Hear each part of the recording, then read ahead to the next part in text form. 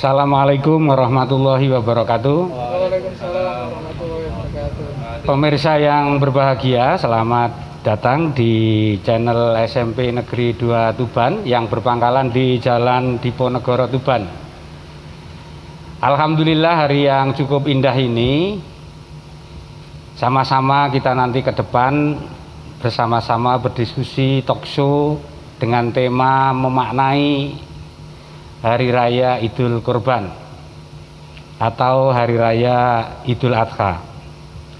Di kesempatan talk show di studio SMP Negeri 2 Tuban hadir dua narasumber. Yang pertama adalah Bapak Mukholis, Ustadz kita ya. Yang kedua hadir Ustadz Ahsin. Assalamualaikum. Sebelum saya selaku pembawa acara mengungkap banyak tentang memaknai Idul Adha ini, saya persilahkan Ustadz Mukholis dan Ustadz Ahsin memperkenalkan diri. Sehat Pak Mukholis ya? Alhamdulillah. Pak Ahsin sehat ya? Alhamdulillah. Silahkan memperkenalkan diri Ustadz Mukholis dulu. Terima kasih. Assalamualaikum warahmatullahi wabarakatuh. Waalaikumsalam. Saudara-saudara sekalian, perkenalkan nama saya Mukholis SAG. Saya guru SMP Negeri 2 Tuban mulai tahun 1999 dan sampai sekarang. Alhamdulillah saya lulus di Fakultas Syariah IAIN Wali Songo Semarang, kemudian mengambil jurusan Akta 4 FKI Fakultas Ilmu Keguruan Universitas Darul Ulum Jombang. Pendidikan mulai dari SD saya tempuh di SDN Temandang, SMP Mualimin Tuban, dan SMA-nya SMA Mualimin Tuban. Saat ini kami atau saya domisili di Desa Temandang, Kecamatan Muraorak, Kabupaten Tuban. Terima kasih Bapak, itu aja. Ustadz Mukholis ini tidak keliru lagi kalau Ustadz atau guru agama kita ya, karena sejak awal sudah dekat dengan dunia pondok Pak Mukholis ya. Insya Allah. Ya. Terima kasih Pak Ustadz Mukholis. Selanjutnya monggo Ustadz Ahsin memperkenalkan Pak Ahsin. Terima kasih Cak Sarip. Assalamualaikum warahmatullahi wabarakatuh. Saya memulai diri, saya Ahsin Azenadi. Saya hampir sama seperti Pak Kholis. Hampir 22 tahun menjadi abdi negara untuk mengajarkan kebajikan alias guru agama. Iya, iya. Sekolah dasar saya, menengah saya, sekolah atas saya selesaikan di kampung halaman saya di Paciran. Nah sebenarnya kalau saya dulu kenal sama Kholis, pasti sudah ketemu sama Kholis di Jogja waktu itu. Di Jogja nggih. Saya kebetulan saya alumni IAIN Sunan Kalijaga Yogyakarta, angkatan 91. Setelah itu negara menyuruh saya untuk menjadi guru ngaji di Tuban ini kan Iya, gitu. iya. Dan alhamdulillah saya bisa bergabung di teman-teman di SMP 2 ini setelah 2 tahun yang lalu, dan insya Allah kita akan bersama-sama untuk membangun negeri ini melalui mencerdaskan kehidupan bangsa. Itu Pak Sarip, dari saya Cak Sarip. Oke. Luar biasa Pak Ustadz Ahsin ya. Saya merasa apa ya? Kalau dekat dengan Ustadz itu ayem Pak Mukholis. Ya, ayem. Ya, Alhamdulillah SMP 2 Tuban ini Pak Ahsin dan Pak Mukholis ya, kita sama-sama tahu sekolah kita ini mengembangkan banyak nilai. Salah satu nilai-nilai yang dikembangkan di sekolah ini adalah bagaimana memunculkan rasa keberagamaan warga sekolah ya, yang kemudian menjadikan sekolah kita ini selain sekolah adiwiyata, sekolah ramah anak, sekolah berbasis literasi, kemudian sekolah berkarakter. Nah dalam upaya itu Pak Ahsin dan Pak Mukholis, hari ini kita akan bincang-bincang santai bagaimana menumbuhkan karakter keberagamaan warga sekolah kita, siswanya, gurunya, semua warga sekolah kita. Di bulan-bulan ini kebetulan kita sedang memperingati Hari Raya Idul Adha atau Idul Kurban. Barangkali Pak Mukholis bisa dijelaskan dulu sejarah disyariatkannya berkorban pada waktu Lebaran Idul Kurban itu seperti apa Pak Mukholis, dan nanti barangkali penjelasan Pak Mukholis akan banyak dipahami oleh anak-anak kita, dan kemudian mereka akan menjadi anak-anak yang beragama itu dengan penuh rasa berkorban kepada Tuhannya. Monggo Pak Mukholis. Terima kasih Pak Syarif ya. Sebenarnya sejarah tentang kurban itu diawali sejak peristiwa Nabi Ibrahim dan Nabi Ismail alaihissalam. Waktu itu ya, ini sedikit lah ya. Inggih, monggo Pak Mukholis. Nabi Ibrahim itu adalah merupakan salah satu nabi yang kaya raya di antara nabi-nabi yang Allah turunkan di bumi ini. Beliau mempunyai 1000 ekor domba, 300 ekor sapi dan 100 ekor unta. Kemudian ada seseorang, mungkin itu malaikat yang turun ke bumi ya, itu tanya kepada siapa? Nabi Ibrahim. Nabi Ibrahim. Ya. Ini punya siapa? Ini punya Allah, tapi sementara masih dititipkan kepada saya, gitu. Ini punya Allah tapi dititipkan saya. Ya. Luar biasa. Luar biasa. Saya catat Pak Mukholis. Iya. Ya, ya. Luar biasa. Iya, iya. Ya.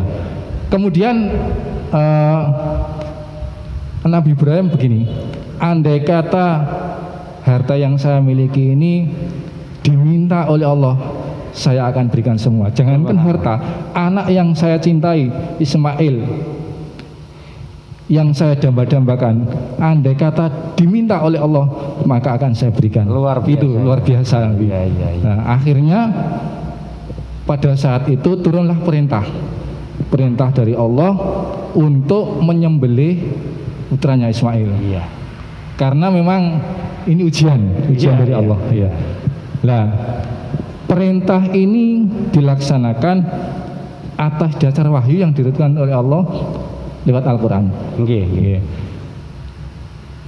Nah, itu saya kira itu awal mulanya bagaimana sejarahnya kurban. Mungkin dari Pak Aksin bisa menambahi tentang Suwun itu. Pak Mukholis. Jadi ada satu catatan penting betapa syariat Idul Kurban itu didasari oleh satu perintah Allah, di mana sesuatu yang dicintainya seorang hamba itu bagaimana dikorbankan untuk Allahnya, untuk Tuhannya. Betul sekali. Dan itu dicontohkan oleh Nabi Ibrahim. Pak Asin, di dalam sejarah yang diungkap oleh Ustadz Mukholis tadi, tentu saja keputusan Nabi Ibrahim dalam tanda petik mengorbankan putra terkasihnya Nabi Ismail radhiyallahu anhu ini kan tidak gampang ya, tidak gampang. Sehingga sebenarnya di dalam konteks sejarah yang dikemukakan oleh Pak Mukholis itu adalah keterpujian seorang ayah yang memiliki anak pun akan dikorbankan karena wujud cintanya kepada Allah. Sementara di sisi lain, ini sejarah Ismail perlu diungkap ini supaya anak-anak kita perlu tahu betapa ketika mendengarkan ayat Allah itu sang anak rela untuk dikorbankan. Ya, banyak cerita-cerita di banyak tausiah-tausiah itu. Pada waktu itu justru Nabi Ismail tidak berkeberatan, meskipun di awal-awalnya Nabi Ibrahim agak ragu ya.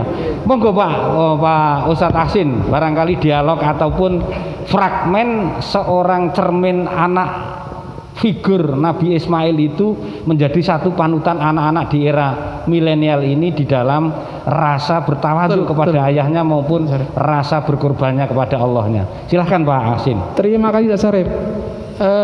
Dua orang nabi ini, rasul ini memang luar biasa.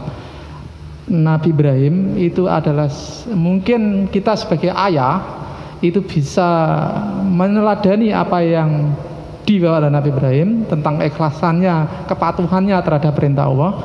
Sebagai murid, sebagai anak itu meniru Nabi Ismail. Tadi Ustadz Mukholis sudah cerita tentang bagaimana perintah Allah terhadap untuk berkorban ini tadi itu, untuk pada Allah tadi itu.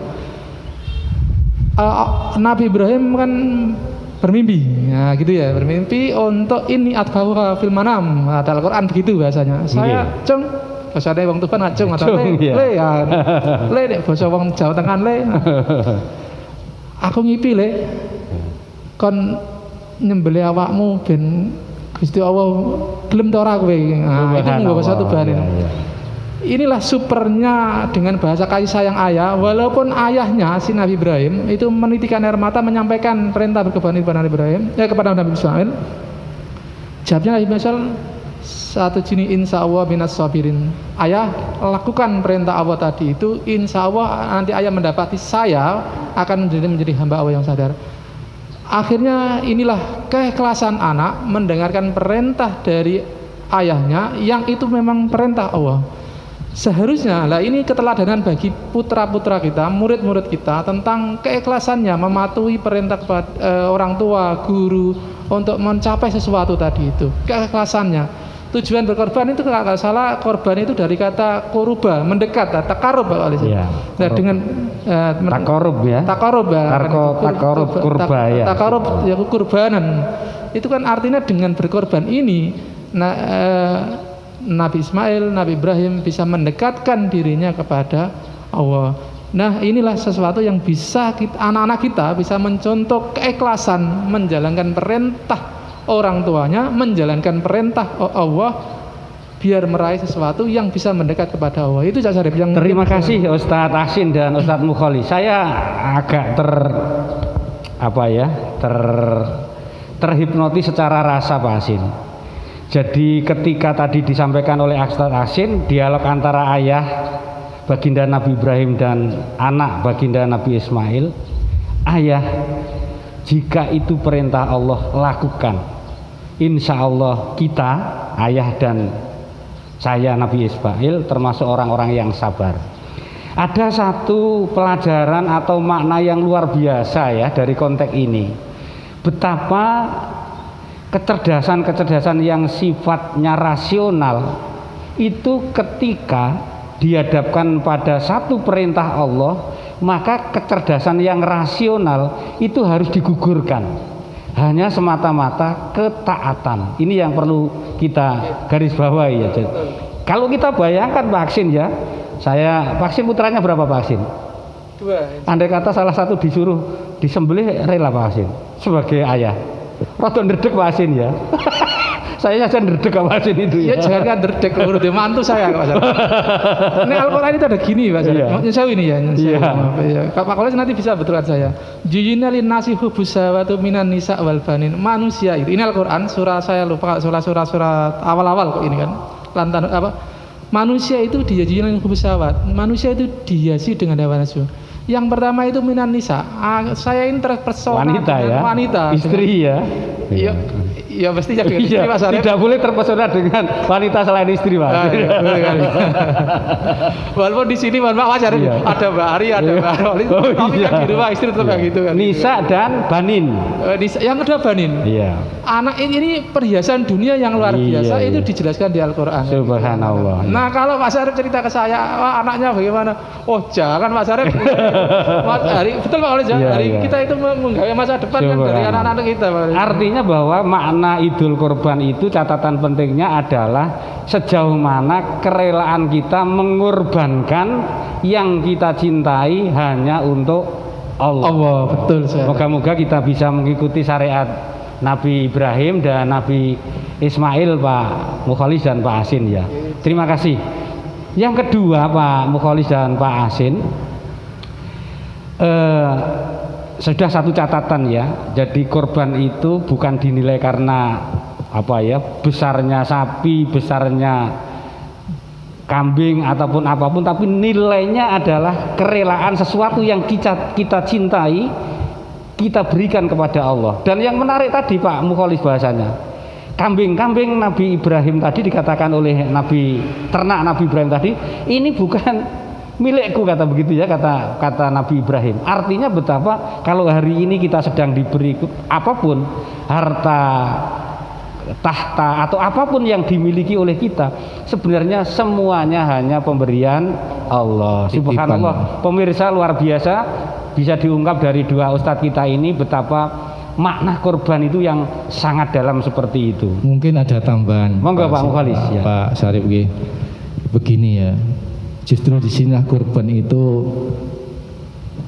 meningkatkan kualitas kita sebagai manusia. Artinya begini, bukan Ismail yang disembelih, bukan mengorbankan Ismailnya, tetapi Allah menggantikan Ismail itu dengan domba yang sangat besar. Ini luar biasa. Jadi betapa Islam itu menghargai nyawa manusia. Ya. Jadi bukan kok Ismail yang disembelih. Secara logika memang kalau orang itu disembelih, ya mesti disembelih. Tapi dengan izin Allah, Allah menggantikan domba yang sangat biasa, luar biasa. Iya. Subhanallah. Terima kasih. Menguji keimanan Nabi Ibrahim gitu tadi juga. Iya. Dan kemudian mensyariatkan kita berkorban domba ya. Nah. Jadi sesungguhnya Allah dalam tanda petik ya, hanya dalam tanda petik ya, mengetes sejauh mana Nabi Ibrahim sampai anaknya yang dicintai. Anu Pak Asin dan Pak Mukholis, yang kebetulan yang dites adalah Nabi ya. Kalau kita yang dites ya ampun Gusti begitu. Alam, Pak. Ya. Terima kasih. Jadi itu yang pertama. Yang kedua Ustadz, selama ini masyarakat kita, anak-anak kita, murid-murid kita dan semua pemirsa barangkali sering mensejajarkan ya, di dalam satu tahun itu ada 2 hari raya. Hari raya Idul Fitri dan hari raya Idul Korban ya. Barangkali di dalam forum talkshow ini nanti akan banyak pengetahuan yang bisa didapati oleh para pemirsa. Syariat-syariat yang membedakan antara Idul Fitri dan Idul Adha barangkali perlu dijelaskan Yai Mukholis dulu, nanti disambung Yai Asin. Yang esensinya di Idul Adha tadi seperti itu, tetapi secara ibadah kemakdohan mungkin sama-sama diiringi oleh puasa, tetapi di Idul Fitri ada puasa wajib, sementara di Idul Adha ada puasa sunnah, dan mungkin tata cara sholatnya dan seterusnya secara syariat mungkin bisa dijelaskan untuk memandu kekhusyuan peribadatan warga kita, warga SMP Negeri 2 Tuban dan para pemirsa Yai. Monggo Yai Mukholis, saya panggil Yai saja Pak. Terlalu berlebihan Pak. Itu yang cocok dipanggil Yai itu Pak Syariban. Oh iya. Yai itu ada singkatannya Pak, yang indah. Terima kasih ya Pak Syariban ya. Jadi ada 2, kita sebagai seorang Muslim itu mempunyai 2 hari raya, yaitu hari raya Idul Fitri dan hari raya Idul Adha. Keduanya memang sama-sama merupakan hari besar umat Islam, tapi pada dasarnya ada perbedaan-perbedaan.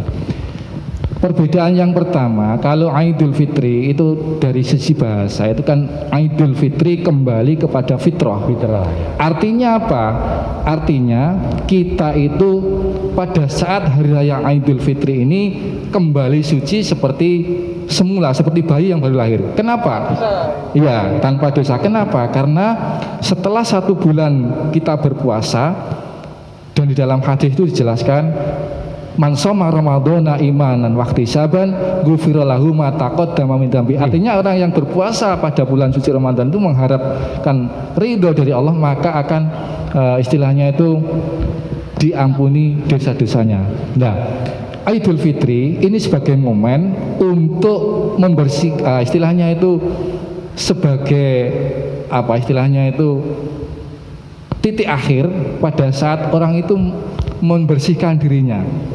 Nah, ini Idul Fitri yang diawali dengan puasa selama 1 bulan dan diteruskan membayar zakat. Ya, ini Idul Fitri. Zakat fitrah Pak ya. Zakat fitrah. Karena ada zakat fitrah ya. Iya. Terus Idul Adha dari sisi bahasa Aid itu kembali, Adha itu kurban, artinya sembelih. Jadi kalau Idul Adha itu biasanya dilaksanakan pada tanggal 10 bulan Zulhijjah. Ya. Diawali dengan puasa sunnah, yaitu puasa tarwiyah, ada Tanggal puasa 8-nya, Arafah, ya. Nah itu. Kemudian dilanjutkan 3 hari yang hari tasyrik, yaitu setelah hari raya Idul Adha, tanggal 11, 12 dan 13 itu. Sebenarnya penyembelihannya tidak harus tanggal 10 Tidak harus tanggal 10, bisa tanggal 11, 12 dan 13. Dan pada hari-hari itu kita itu diharamkan berpuasa. Nah, itu Idul Adha. Kemudian perbedaan yang kedua, sholat Idul Adha itu hendaknya dilaksanakan lebih pagi. Oh iya. Iya, baru setelah itu kita makan. Ini yang perlu sering kita sebagai guru agama ya. Iya. Ya perlu banyak menyampaikan bahwa perbedaan waktu ini penting juga. Betul, Pak. Semua orang Idul Adha Iya. lebih pagi. Lebih pagi, Pak. Iya. Betul. Iya. Nah, kenapa? Karena nanti baru sholat Idul selesai, baru kita dianjurkan untuk makan. Kemudian sholat Idul Fitri. Pak Yai Mukholis Oke. ya dan Pak Asin. Pengertian pagi itu kalau dilihat dari ukuran meleteknya matahari atau terbitnya matahari, itu kira-kira setelah terbit matahari itu kira-kira ya afdolnya itu kira-kira jam 5:30 Kalau di Indonesia itu afdolnya itu paginya jam 6 lebih 10 atau jam 6:04 ya. Itu ada ya Pak Wali. Betul Pak Asin ya. Jadi jam 6-an ya. Iya, jam 6 lah. Nah, kalau Idul Fitri itu dianjurkan untuk agak siang. Karena apa? Memberi kesempatan untuk orang-orang yang membayar zakat, Pak. Oh, Pak Sarif. Jadi ada waktu afdol bayar zakat itu yaitu waktu setelah sholat subuh dan menjelang sholat Idul Adha. Idul Fitri, maaf ya, Idul Fitri. Nah, ini Dan jadi anu Pak Mukholis. iya. Kan kalau Idul Fitri banyak beli baju baru, Pak. Jadi, Nah, itu budaya tradisi di Indonesia, Pak. supaya bajunya Iya. dipakai Pak itu, Pak ya. Oke. Perbedaan yang kedua, Pak Sarif G. Ya. Jadi kalau Idul Fitri itu pembacaan takbir itu dimulai dari tenggelamnya matahari Iya. sampai pagi menjelang khotib naik di mimbar. Nah, itu Idul Fitri. Idul Fitri ya. Ya, cuma itu toh waktu untuk membaca takbir. Iya. Ya. Allahu Akbar. Nah, itu takbiran kan cara begini Pak Sugi. Allahu Akbar itu. Ya, tapi kalau Idul Adha itu mungkin masih dibatasi sampai waktu hari tasyrik. Baik itu, iya, baik itu takbir muqayyad maupun takbir mutlak. Nah, Ngapunten, itu maknanya apa?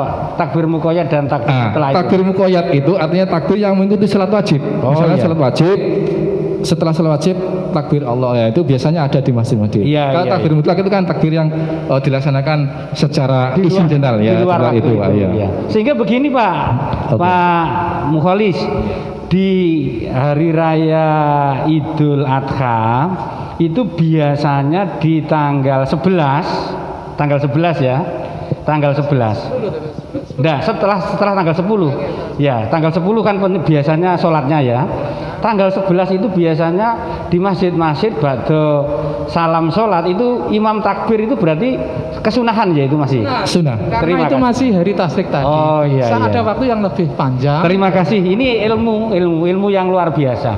Betapa takbir itu ketika Idul Fitri hanya dikumandangkan terbenamnya matahari malam 1 Syawal sampai khotib naik ke mimbar. Sementara Idul Adha itu malam tanggal 10 sampai tanggal 13 ya. Masuk tanggal 13 subuh, belum masuk tanggal 14 Hari tasyrik tadi. Hari tasyrik.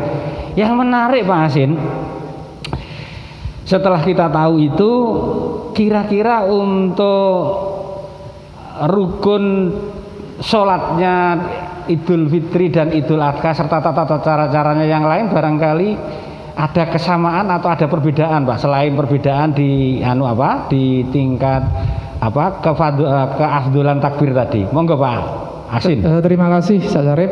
Ini lebih ke spesifik soal rukun dan kesunahan. Ya. Sama-sama 2 rakaat kan? Nggih, Ya, sama-sama. 2 rakaat. Secara spesifik tidak ada perbedaan antara pelaksanaan rukun sunnahnya antara sholat Idul Fitri atau Idul Adha tadi. Iya. Itu. Jadi kita melaksanakannya itu sama saja. Khutbahnya sama-sama dilaksanakan setelah sholat. Jangan sampai keliru loh ya ini. Saya khawatir khutbahnya kadang kepecer khutbah sih apa ya itu kan Jumatan Pak ya. Kayak Jumatan. Hal yang spesifik salah rukun dan tidak. Iya. Saya mau menambahi apa yang disampaikan Ustadz kita Cak Mengkoles tadi. Monggo ya. Satu memang antara Idul Adha dan Idul Fitri itu adalah memang Idul Fitri ke pembersihan jiwa tadi itu. Ya. Karena ada pembersihan dosa lalu. Sementara Idul Adha itu namanya banyak, istilahnya banyak. Karena cenderung karena meneladani Nabi Ibrahim tadi itu. Ada yang sebagian menggambarkan ini soal hari raya haji. Oh iya. Yang menyebut hari raya haji, ada raya udhiyah, ada hari raya korban. Iya. Karena memang Idul Adha ini secara tadi itu di Al-Qur'an dibahasakan dengan binatang korban. Di Al-Qur'an itu dengan hadyu tadi itu. Hadyu sendiri dalam Al-Qur'an itu ada melihatnya ada dua, hadyu yang sunnah, hadyu yang wajib. Yang sunnah itu ya korban di semua karena Idul Adha, sementara yang hadyu yang wajib itu karena dia melanggar denda-denda haji tadi ya. Itu. Ketika jamaah melaksanakan ibadah haji. Ya, itu nama Idul Adha itu banyak karena memang ini ada Idul Adha, ada Idul Korban, ada tadi itu. Jadi saya menambahi apa yang ceritakan Pak Koles tadi. Nggih, monggo nggih. Jadi satu memang Idul Fitri, kalau perbedaan waktunya tadi sudah jelaskan Pak Mukolis. Idul Adha lebih pagi. Lebih pagi. Idul Fitri itu lebih memang tadi itu ke jiwa. Sementara mungkin di masyarakat tertentu itu ada yang melihat Idul Fitri Idul Adha nggak seberapa, karena memang ini hari rayanya hajinya orang yang haji kan gitu. Tapi beda lagi dengan sosiologis, mohon maaf ya pada teman-teman yang Pak Mukholis, Madura itu Pak Aksin, saya tiba-tiba ingat ya betapa Idul Adha itu momen yang sangat penting karena didahului pada tanggal 9 Zulhijjah. Umat Islam itu melakukan ibadah yang sangat penting yang disebut ibadah haji di Arafah ya. Sehingga kemudian ada kesunahan puasa tanggal 9 puasa Arafah. Iya. Teman-teman yang sedang berhaji misalnya Pak Asin ya di tanggal 9 Arafah itu apakah juga disunahkan untuk melaksanakan sholat Idul Adha? Karena ketika praktek berhaji Pak Mukholis ya itu kan di Arafah itu timing-timing tanggal 10 itu kan setelah selama 2 hari tanggal 8 dan tanggal 9 di Arafah itu kan jamaah banyak yang kelelahan dan sebagainya. Itu apakah masih punya hukum yang seperti kita yang di tanah air ini Pak Mukholis? Tidak Pak, kalau orang melaksanakan ibadah haji itu tidak ada kesunahan untuk melaksanakan sholat Idul Adha. Idul Adha itu dilaksanakan bagi orang-orang yang tidak melaksanakan ibadah haji. Terima kasih. Makasih. Ya. Moga-moga semua pemirsa dan warga SMP Negeri 2 Tuban, sekolah cinta, sekolah berkah, sekolah lingkungan, sekolah berkarakter dan sekolah ramah anak semuanya dihajikan oleh Allah semuanya pada waktunya. Dan Pak Aksin haji lagi nanti ya. Amin. Baru Pak Koles sertifikasinya lancar kan? Insyaallah. Tapi sertifikasi kemenang sekarang lancar karena banyak yang pensiun. Betul Pak Koles? Insyaallah. Guyonannya begini Ustadz dan Yai, mosok urip pisan gak lunga kaji. Guyonannya begitu ya. Sekarang banyak masalah dengan untuk memberi motivasi kepada kita. Terima kasih. Ada satu catatan yang penting di pertanyaan yang kedua ini. Satu, bahwa sholat Idul Adha sebaiknya lebih pagi, ya kan? Ya lebih pagi. Yang kedua, bagi jamaah haji yang berada di tanah suci tidak disunahkan untuk melaksanakan sholat Idul Adha. Yang ketiga, takbir di Idul Adha itu dikumandangkan kesunahannya sampai tanggal 13 di hari Tasrek. Alhamdulillah. Nah ini loh Pak. Satu lagi tambahan catatan yang mungkin buat pendengar atau pemirsa channel SMP 2 ini. Iya, Love SMP 2 Tuban ya. Tambahan lagi, kalau 9 Arafah, puasa Arafah itu bagi kita yang di rumah itu disunahkan untuk berpuasa, tapi yang sedang berhaji, yang sedang wukuf di Arafah itu justru malah diharamkan, betul Pak Yai, Iya. untuk berpuasa. Ya karena di Arafah berat medannya memang, Pak. Nah itu tambah catatan, ada 6 catatan Cak Sarip tadi. Ya terima kasih perlu ya, ditambahkan itu, dan moga-moga nanti tanggal 9 itu hari Senin Pak ya, hari Senin tanggal 19 Juli ya. 19 Juli, ayo kita puasa bareng-bareng Arafah. Kalau nanti di antara pemirsa ada yang puasa dan kita tidak bisa puasa, kita nunut pahalanya pemirsa yang puasa karena informasi hari ini. Iya. Terima kasih Yai Mukholis dan Yai Asin. Yang ketiga sekarang ya. Di dalam peribadatan Idul Adha ini kan setelah kita sholat, kemudian kita mendengarkan khotbah. Ngapunten, ini juga sama-sama disunahkan untuk sarapan pagi seperti Idul Fitri itu. Begini, Iya. kalau Idul Fitri itu kan makannya itu sebelum sholat itu. Iya. Tapi untuk Idul Adha itu disunahkan nanti makannya setelah sholat. Oh gitu ya. Idul Adha. Karena lebih pagi tadi. Iya. Karena Idul Fitri sebelum berangkat sholat itu dianjurkan untuk makan dulu. Disunahkan ya. Iya. Ya. Membatalkan entah minum atau tidak harus pokoknya, makan nasi, tidak mesti harus minum Karena kopi memang dan- 1 bulan sudah berpuasa Pak ya. Kalau Idul Ada. Adha setelah pulang dari masjid setelah sholat ya. Iya. Nah, terima kasih lah. Biasanya umat Islam, jamaah kita di semua masjid dan musola-musola maupun lingkungan ini setelah ibadah sholat kita melakukan penyembelian Pak, penyembelian hewan kurban ya, penyembelian hewan kurban. Nanti akan saya tanyakan, akan saya gali syariat-syariat penting yang perlu diperhatikan ketika penyembelian dan pembagian, supaya nanti para pemirsa tahu ilmunya. Kita memang di channel SMPN 2 ini, dialog-dialog yang kita bangun secara berseri talkshow ini, kita ingin menggali bagaimana kita beragama, bagaimana kita hidup, ini punya ilmunya hidup gitu loh Pak, ilmu urip. Dengan tahu ilmunya kemudian kita mengambil satu tindakan yang memiliki satu dasar hukum, yang memiliki cara, sehingga semua yang kita lakukan itu ngapunten, bismillah punya niat ibadah. Jadi seperti itu. Ini merupakan sesi akhir, nanti mohon dijelaskan Pak Yai Mukholis dan Yai Asin, sahabat saya berdua ini, bagaimana nanti adab-adab penyembelian dan adab-adab pembagian daging kurban yang barangkali nanti bisa didengarkan para pemirsa, sehingga kita nanti melakukan kegiatan penyembelian dan pembagian hewan kurban punya dasar-dasar keilmuan untuk itu. Monggo Yai Asin dulu, enggak apa-apa. Terima kasih Cak Sarip. Ya. Yang pertama ini penyembelian binatang korban, ya etikanya menyembelih sama seperti penyembelihan waktu penyembelihan binatang udhiyah, entah penyembelihan harus binatangnya harus pisau tajam, harus jangan menyakiti dan sebagainya, itu kan penyembelihan. Kemudian ada pembagian daging korban. Nah, perlu ini saya kira ada 2 perbedaan di masyarakat dan perbedaan itu biarkan saja menurut saya. Ada yang melihatnya begini kan di masyarakat, yang si korban yang lagi berkorban binatang korban itu tidak bisa memakan sedikit pun binatang itu ada kan itu, sehingga ketika dia berkorban, saya korban saya nambahi ke takmir masjid atau panitia korban untuk biaya tadi itu. Tetapi ada yang membolehkan, dan ini menurut saya masing-masing punya alasan.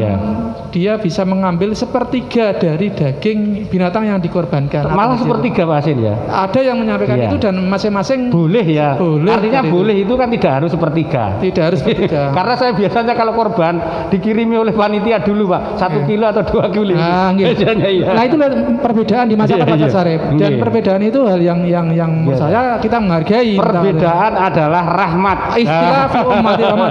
Yang nggak ada perbedaan justru ini Pak Sarip. Yang perbedaan yang mungkin hari ini perlu kita sampaikan, karena kita di masyarakat kita itu sering lupa. Yang nggak perbedaan itu ini, bagi yang mau berkorban itu jangan potong kuku. Oh iya Pak Asin. Jangan potong kumis. Iya. Jangan, ya itu kan ada jangan yang larang-larangan sama seperti yang orang yang dapat korban itu, yang itu jangan sampai melakukan itu tadi.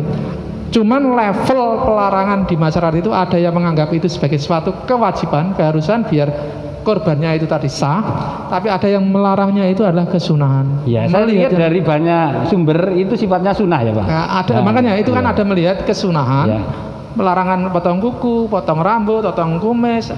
Mulai tanggal berapa itu Asin? Iya mulai tanggal 1 tanggal 1 Zulhijjah ya. Misalnya kayak gini kameraman kita Cak Mas Hadi. Oh iya. Kan kelihatan keren, kumisnya kok kedawa, mosok ora dikumis. Nanti pacarnya lari ya cari Pak. Nah itu ada yang melihatnya pemotongan kumis dan sebagainya itu kumisnya yang mau berkorban itu ada yang menganggapnya itu sebagai pelarangan yang disunahkan tetap memelihara, tapi ada yang wajib harus itu kan sekali lagi ikhtilafi ummati rahmatun, perbedaan itu yang penting kita saling menghargai. Niat kita itu adalah untuk takarub pendekat tadawut. Dan sebagian ulama juga mengatakan bahwa hadis yang menyatakan itu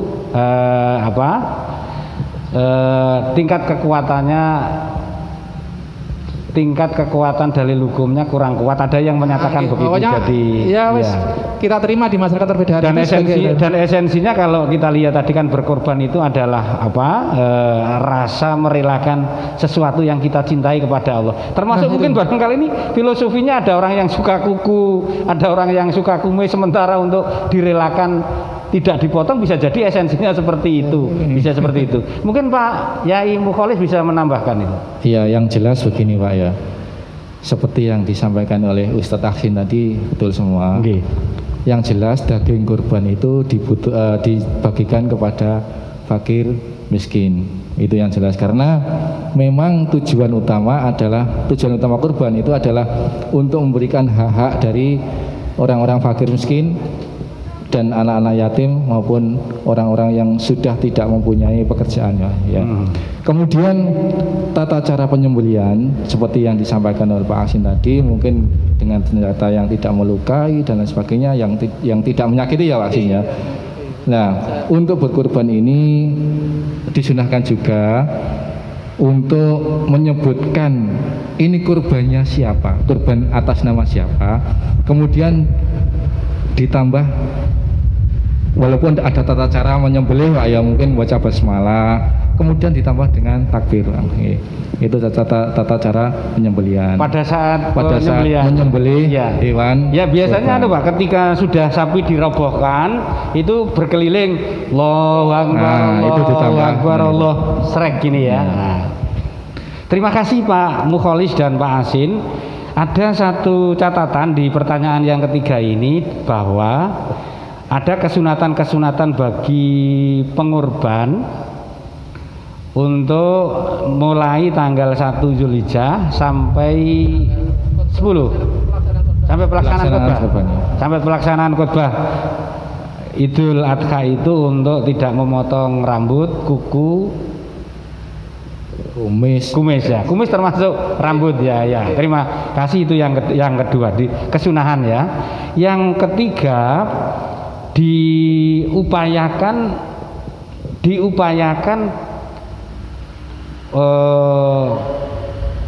daging kurban itu bisa mensejahterakan orang-orang yang membutuhkan ya di sekeliling para orang yang berkorban itu ya. Dan gini Pak Mukholis, ini yang menarik. Selama ini kan di perkampungan kaya ya, seperti di daerah kabupaten kota ini kan lingkungan masjid itu kan rata-rata orang mampu, karena itu korbannya juga banyak.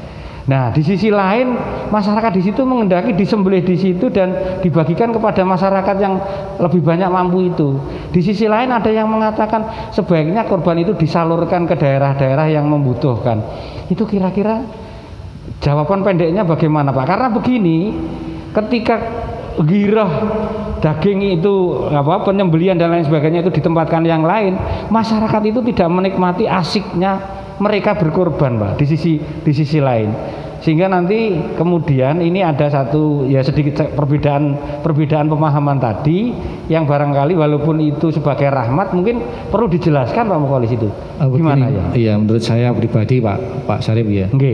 Sebenarnya kalau kita berkorban di daerah A misalnya, ya kita penuhi dulu target setempat ya. Setempat di daerah A itu yang miskin kita data. Iya, Ya, miskin kita dahulukan untuk diberi daging. Kemudian kalau yang si miskin ini sudah semua terbagi, maka bisa dilimpahkan ke yang lain. Yang lain. Ya. Ya. Terima kasih. Saya kira itu Pak. Ya, terima kasih. Oh, ya. Jadi sudah kita memperoleh banyak ilmu dan di akhir sesi ini Pak Mukholis dan Pak Asin, pemirsa kita ini banyak murid-murid kita yang sekarang belajar di rumah Pak Asin ya, yang sedang menonton talkshow kita.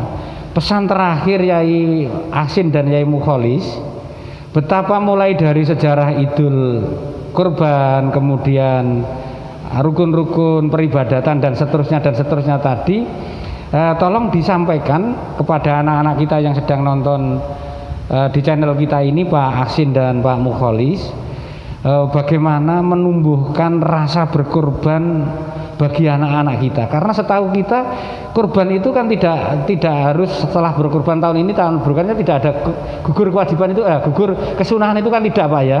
Senyampang kita mampu kita berkorban kan begitu sepanjang tahun. Nah, harapan para pemirsa anak-anak kita generasi milenial kelas 7, 8, 9 yang nanti 10-20 tahun ke depan akan menjadi kepala keluarga masing-masing, ini bisa diberi pesan yang mendalam Pak Asin, bagaimana nilai-nilai Idul Adha, Idul Kurban ini untuk anak-anak kita tercinta yang sedang nonton di channel SMPN 2 Berkah ini. Monggo Pak Ustadz Asin dulu pesan untuk anak-anak ya. Terima kasih Ustadz Harif.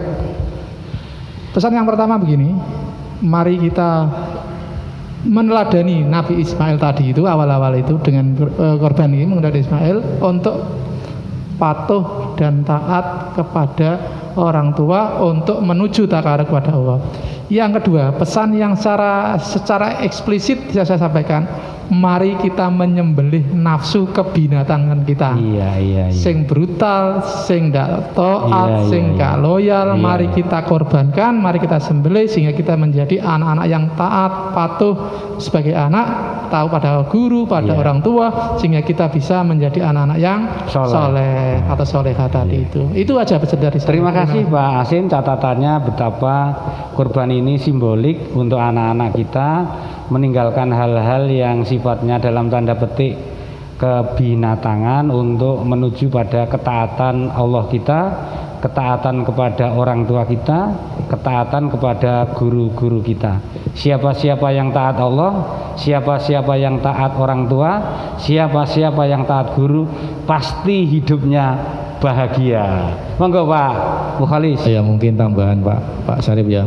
Jadi pemahaman kurban ini jangan dipahami secara sempit. Iya. Artinya kurban itu bisa dimaknai secara luas. Kalau secara sempit mungkin kurban itu menyembelih hewan untuk dibagikan kepada fakir miskin saja. Tapi dalam artian yang luas, kurban itu adalah menyerahkan apa yang kita cintai, apa yang kita sayangi itu demi untuk kepentingan masyarakat. Betul ya. Nah, disinilah esensi dari kurban. Nah, kaitannya dengan kurban yang ada di sekolah, ya, yang ini sering ditanyakan oleh anak-anak. Iya, pembelajaran berkurban di sekolah. Ya. Jadi gini, menurut syariat, kurban itu kan 1 ekor kambing untuk 1 orang. 1 ekor sapi bisa untuk 7 orang maksimal.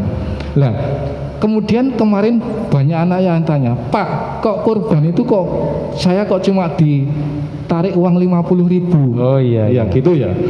Nah, terus saya jawab begini anak-anak yang sebenarnya anak-anak kalau menurut syariat kurban yang diberikan kepada sekolah itu bukan memenuhi syariat kurban, hanya sebagai bahan pembelajaran anak-anak. Karena apa? Kita SMP 2 ini sedang menggencarkan pendidikan karakter. Nah, dengan lewat kurban ini maka saya berharap karakter anak-anak itu mulai terbangun, yaitu terbangun bisa merelakan apa yang kalian cintai, termasuk uang 50.000 itu bagi kalian kan sangat luar biasa, bisa beli pulsa dan sebagainya, tapi diikhlaskan untuk diserahkan kepada sekolah, dikelola untuk diberikan sapi dan dibagikan dagingnya kepada fakir miskin. Selanjutnya Bapak Syarif ya, begini, saya jawab sekalian juga, masalah kurban ini sebenarnya ini adalah pendidikan karakter. Kalau karakter anak-anak itu sudah baik, insya Allah manusia itu akan menjadi manusia yang paripurna, artinya insan kamil. Kalau manusia itu sudah menjadi insan kamil, apa yang dia pikirkan, apa yang dia lakukan, insya Allah tujuannya semuanya adalah beribadah kepada Allah. Baik itu sekolah, itu adalah tujuannya untuk mencari ilmu dan mencari ridho Allah. Bekerja juga sama, tujuannya adalah untuk mencari nafkah demi untuk mencari ridho dari Allah. Demikian juga kurban yang kita laksanakan di sekolah. Terima kasih Ustadz ya, banyak ilmu yang kita peroleh. Kesimpulan dari talkshow hari ini, kesempatan ini, betapa semua peribadatan termasuk kurban itu hanya satu. Semuanya hendak mencari keridhaan Allah kita sebagai hamba ini. Terima kasih Pak Mukholis, Pak Asin yang hari ini menemani saya bincang-bincang santai di studio SMP Negeri 2 Tuban di bawah kendali manajer produksi Bapak Agus dan dibantu oleh kawan-kawan teknisi bidang IT Mas Hadi, Mbak Ari, Mbak Ira, Pak Sis dan manajer produksi Bapak Bidin. Moga-moga kita diberi kesehatan Pak ya. Amin, pandemi amin, segera amin. berakhir, anak-anak bisa kembali sekolah secara tatap muka, Pak Aksin sehat, Pak Mukholi sehat, amin. Warga SMP Negeri 2 Tuban semuanya sehat, berkah dan diridhoi oleh Allah. Amin Allah. Saya mohon maaf jika memandu kegiatan ini ada kekurangan. Ihdinas siratal mustaqim. Assalamualaikum warahmatullahi wabarakatuh. Waalaikumsalam warahmatullahi wabarakatuh.